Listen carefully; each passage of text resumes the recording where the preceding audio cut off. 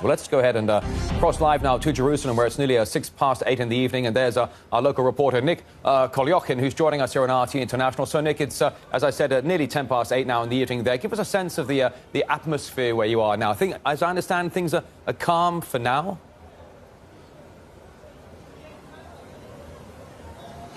Yes, tens of thousands of Israelis, most of them young people in their 20s and even younger, from the age of 12. Most of them are males, and they are brainwashed, and they are dancing, celebrating with the flags of Israel, but they don't really understand that Israel tries to maintain peace with the Arabs and with Palestinians, and it's really complicated situation here at the Middle East, but they try to provocate, and also some of the politicians that try to gain some more influence and better positions for the next elections, as the National Security Minister Ben Gvir, and also some other from the Likud party ministers and also party members. They are coming here. They are, part of them even went to the Al-Aqsa, to the Temple Mount, and all of those provocations, they may be good for some kind of political forces, but for the majority of the Israeli public society and for the Palestinians and Arabs, those kinds of events, they're bringing no peace and nothing good. All right, we appreciate that. Thanks very much for that latest report from the ground. Thank you very much. Now, that does continue online right now at rt.com. Let's cross live now to local reporter Nick Kolyohin from the protest. Nick, it looks behind you. If I look behind you, it's getting quite busy, and we can see that the crowds are gathering. What can you see now? What's developing right now? Yeah, the chief of the Israeli police and also the national security minister, they are here coming to monitor, witness the event close from here. And until now, it is I can say a bit quiet if you compare it to the years before. And fortunately, until now, there is no significant violence, although you can feel the tenseful situation here, and it's better for today. Arabs will not meet the Jews, and Jews will not meet Arabs today, because it could end up really badly. But the Israeli police doing a great job right now. They are trying to separate both people, so there will be almost no clashes. And also many Arab shoppers, people that have small businesses at the Muslim area of the old city, they closed their stores today because they don't want any violence, any trouble, and they don't want their stores to be broken by mistake, because a lot of youth here, and many of them are brainwashed. They're really young, they don't really understand what they are doing, and the police trying to keep it calm. Nick, just curious, really, what's the demographic like? Is it male and female Orthodox Jews? Is it mainly male? How's the demographic makeup?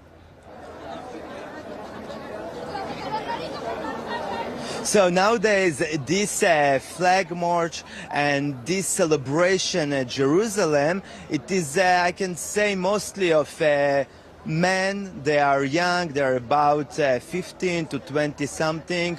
90% of them probably men, and just about 10%, I believe, are females. And because it is a traditional, the people more traditional, they don't too much mix up the genders, so that's why we see much more males here.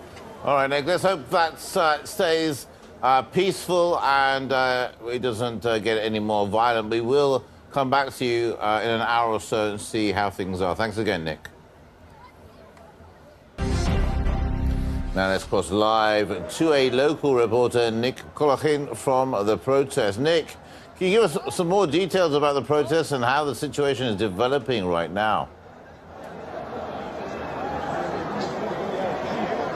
So we are standing now at Damascus Gate at Jerusalem, and here behind me is thousands of Israelis that gathered here with flags of Israel. They are dancing and they are commemorating and celebrating, as they say, the reunification of Jerusalem, but Palestinians see it as an occupation. And if Arabs or Israelis see each other at this day here at Jerusalem, it ends usually with violence. That's why the police try to separate between those both populations that live here, try to live in a way which could be peaceful, but usually a lot of time it ends up with violence. And now here behind us we see a lot of young Israelis. They are trying here to express that Jerusalem belongs to them, all of Jerusalem. That's why they are marching, and they are going via the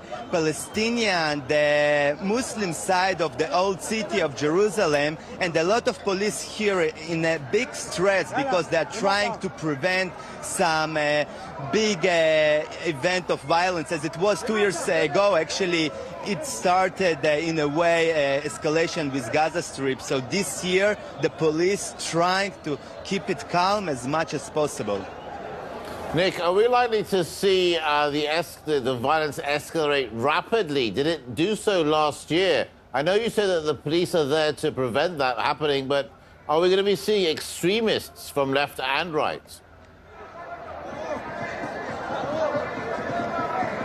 Yeah, we see actually, and this is really disappointing. It's really desperating because they are young children. They are barely 18. They don't really understand what they are doing, but because the hate on both sides is such great and massive, and all the brainwash that people from both sides are going through via the television, the social media. So for no reason they are starting to attack each other, Palestinians, Israelis, and Israelis, Arabs, and vice. And this situation is frustrating. I don't know what could stop this conflict, but I see here behind me children. There are actually some of them maybe 13, 12, maybe even 11. And they try to find Arabs and try to beat them up. And we saw some here Arabs that were beaten, but the police rescued them. Yeah, indeed, it's very disturbing indeed. Nick, thanks. We'll get back to you in about an hour or so and see where we are. Thanks for connecting in. Thanks. And we have this report now from local correspondent Nick Kolyohin.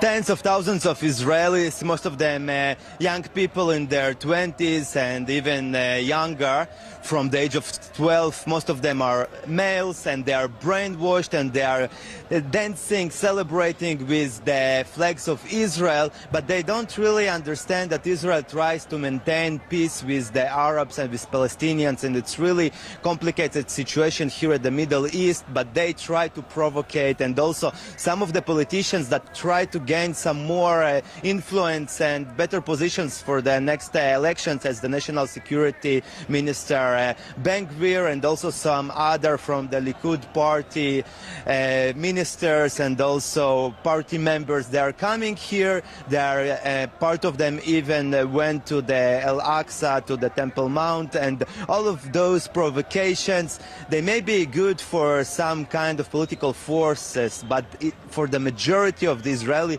public society and for the Palestinians and Arabs, those kinds of events, they're bringing no peace and nothing good.